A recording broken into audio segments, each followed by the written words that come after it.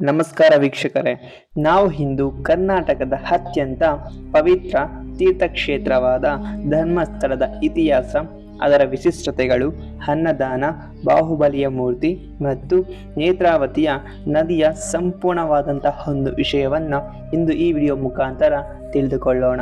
ಅದಕ್ಕಿಂತ ಮುಂಚೆ ಚಾನಲ್ಗೆ ಯಾರಾದರೂ ಫಸ್ಟ್ ಟೈಮ್ ವಿಸಿಟ್ ಮಾಡಿದರೆ ಸಬ್ಸ್ಕ್ರೈಬ್ ಮಾಡೋದನ್ನು ಮಾತ್ರ ಮರಿಬೇಡಿ. ಧರ್ಮಸ್ಥಳ ಇದು ಕರ್ನಾಟಕದ ದಕ್ಷಿಣ ಕನ್ನಡ ಜಿಲ್ಲೆಯಲ್ಲಿರುವ ಪ್ರಸಿದ್ಧ ಧಾರ್ಮಿಕ ಕ್ಷೇತ್ರವಾಗಿದೆ. ಇಲ್ಲಿ ನೆಲೆಸಿರುವಂತಹ ಶ್ರೀ ಮಂಜುನಾಥ ಸ್ವಾಮಿಯ ದೇವಾಲಯವು ಶಿವನ ಆರಾಧನೆಗೆ ಸಮರ್ಪಿತವಾಗಿದೆ. ಪ್ರತಿದಿನ ಸಾವಿರಾರು ಭಕ್ತರು ದೇಶದ ಎಲ್ಲ ಭಾಗಗಳಿಂದ ಇಲ್ಲಿ ದರ್ಶನಕ್ಕೆ ಬರುತ್ತಾರೆ. ಹಾಗೂ ಈ ದೇವಾಲಯದ ವಿಶೇಷತೆಗಳು ಏನೆಂದರೆ, ಶಿವಲಿಂಗ ರೂಪದಲ್ಲಿ ಮಂಜುನಾಥ ಸ್ವಾಮಿಯ ಪೂಜೆಯನ್ನು ಮಾಡಲಾಗುತ್ತದೆ. ಶಾಂತಿ, ಶಿಸ್ತು ಮತ್ತು ಸೇವಾ ಮನೋಭಾವನೆಯ ಪರಂಪರೆಯನ್ನು ನಾವು ಇಲ್ಲಿ ಕಾಣಬಹುದಾಗಿದೆ. ಈ ದೇವಾಲಯವು ಇತಿಹಾಸ ಸರಿಸುಮಾರು 800 ವರ್ಷಕ್ಕೂ ಹೆಚ್ಚು ಇತಿಹಾಸವನ್ನು ಹೊಂದಿದೆ ಎಂದು ಹೇಳಲಾಗುತ್ತದೆ. ಹಿಂದೂ ಜೈನ್ ಸಂಸ್ಕೃತಿಗಳ ಸಮ್ಮಿಲನದಿಂದ ಇದು ಕೂಡಿದೆ. ಹಾಗೂ ಧರ್ಮಸ್ಥಳದಲ್ಲಿ ಇರುವಂತಹ ಬೃಹತ್ ಜೈನ ಮೂರ್ತಿ ಶಾಂತಿ, ತ್ಯಾಗ ಮತ್ತು ಆತ್ಮಶುದ್ಧಿಯ ಸಂಕೇತವಾಗಿದೆ. ಬೆಟ್ಟದ ಮೇಲೆ ಸ್ಥಾಪಿತವಾಗಿರುವುದರಿಂದ ಅಲ್ಲಿಂದ ಕಾಣುವಂತಹ ಪ್ರಕೃತಿಯು ದೃಶ್ಯ ಅದ್ಭುತವಾಗಿ ಕಾಣುತ್ತದೆ. ಇದರ ಜೊತೆಗೆ ಜೈನ ಪರಂಪರೆಗೂ ಕೂಡ ಇಲ್ಲಿ ಜಾಗವಿದೆ. ಅನ್ನದಾನವೆಂದರೆ ಪ್ರತಿದಿನ ಸಾವಿರಾರು ಜನರಿಗೆ ಉಚಿತ ಹಾಗೂ ನೇತ್ರಾವತಿ ನದಿಯ ಪವಿತ್ರ ಸ್ಥಾನದ ಸ್ಥಳ. ದೇವರ ದರ್ಶನಕ್ಕೆ ಮುಂಚೆ ಭಕ್ತರು ಅಲ್ಲಿ ಸ್ನಾನವನ್ನು ಮಾಡುತ್ತಾರೆ. ಇದನ್ನು ಆಂತರಿಕ ಶುದ್ಧತೆಯ ಸಂಕೇತವೆಂದು ಹೇಳಲಾಗುತ್ತದೆ. ಗೊಮ್ಮಟೇಶ್ವರ ಧರ್ಮಸ್ಥಳದ ಗೊಮ್ಮಟೇಶ್ವರ ಅಂದರೆ ಒಂದು ಬಾಹುಬಲಿಯ ಮೂರ್ತಿ.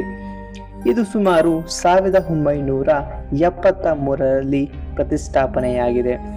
ಇದು ಶಿಲ್ಪಕಲೆಗಳ ಅದ್ಭುತಪೂರ್ಣವಾಗಿ ಕಲ್ಲಿನಿಂದ ಕೆತ್ತಲ್ಪಟ್ಟ ಈ ಮೂರ್ತಿಯು ತ್ಯಾಗ, ಅಹಿಂಸೆ ಮತ್ತು ಆತ್ಮವಿಜಯದ ಸಂಕೇತ ಎಂದು ಹೇಳಲಾಗುತ್ತದೆ.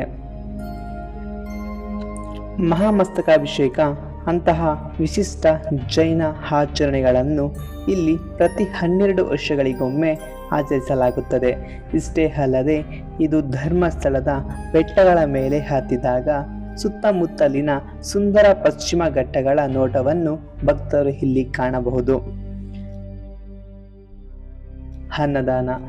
ಅನ್ನದಾನವು ಧರ್ಮಸ್ಥಳದ ಒಂದು ಹೃದಯ ಭಾಗ ಅಂತ ಹೇಳಲಾಗುತ್ತದೆ.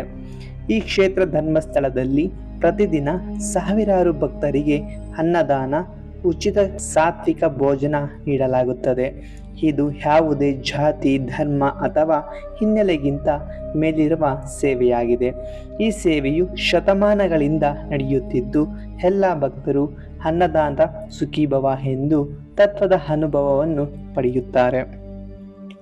ಅನ್ನದಾನ ಸಾಮಾನ್ಯವಾಗಿ ಮಧ್ಯಾಹ್ನದ ಹೊತ್ತಿಗೆ 12ರಿಂದ 2 ಗಂಟೆ ಮತ್ತು ಸಂಜೆ 7ರಿಂದ 9 ವೇಳೆಯಲ್ಲಿ ನಡೆಯುತ್ತದೆ. ಊಟದಲ್ಲಿ ಬೆಂದ ಅಕ್ಕಿ, ಸಾಂಬಾರ್, ಪಲ್ಯ, ಪಾಯಸ ಮತ್ತು ಬಾಳೆ ಎಲೆಯ ಮೇಲೆ ಸದಾ ಸಾತ್ವಿಕ ಊಟವನ್ನು ನೀಡುತ್ತಾರೆ. ಇದು ಬದಲಾಗಬಹುದು, ಆದರೆ ಸಾಂಪ್ರದಾಯಿಕ, ಪೌಷ್ಟಿಕ ಮತ್ತು ಎಲ್ಲರಿಗೂ ಶ್ರದ್ಧೆಯಿಂದ ನೀಡಲಾಗುತ್ತದೆ. ಕೊನೆಯದಾಗಿ, ಧರ್ಮಸ್ಥಳದ ಅನುಭವ ಎಲ್ಲರಿಗೂ ಒಂದು ಆಧ್ಯಾತ್ಮಿಕ ಯಾತ್ರೆಯಾಗಿದೆ. ಹಾಗೂ ಧರ್ಮ, ಸೇವೆ ಮತ್ತು ಪರಂಪರೆಯ ಸಾರ್ಥಕತೆಯು ನಿಮ್ಮ ಜೀವನದಲ್ಲೂ ಕೂಡ ಅನ್ವಯವಾಗಲಿ.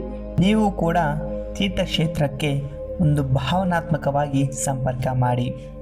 ಈ ವಿಡಿಯೋ ನಿಮ್ಗೆ ಇಷ್ಟ ಆದರೆ ಲೈಕ್ ಮಾಡಿಕೊಡಿ, ಶೇರ್ ಮಾಡಿ, ಆದಷ್ಟು ಸಬ್ಸ್ಕ್ರೈಬನ್ನು ಮಾಡಿಕೊಡಿ. ಸೊ ಮುಂದಿನ ವಿಡಿಯೋದಲ್ಲಿ ಸಿಗೋಣ. ಅಲ್ಲಿವರೆಗೂ ಧನ್ಯವಾದಗಳು.